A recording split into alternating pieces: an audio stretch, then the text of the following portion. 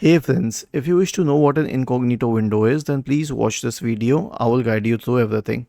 So in Google Chrome, okay, if you click on these three dots here and select incognito window or click on press Control plus Shift plus N, then you will open an incognito window. Now, here's the case with an incognito window.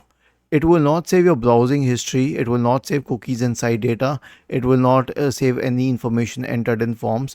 It will not save your passwords. It will not save anything. And by default, this option to block third-party cookies is checked. Okay.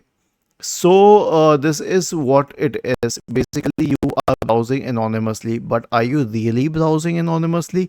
The answer is no. Why? Because this is only at the system level.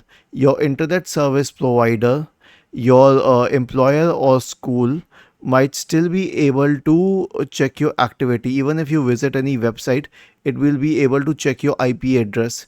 So you are not completely anonymous to them, but yes, you are anonymous at a local level, which means that if someone from your family or someone who is using this computer locally tries checking your history or tries checking the cache files, then they will not find anything.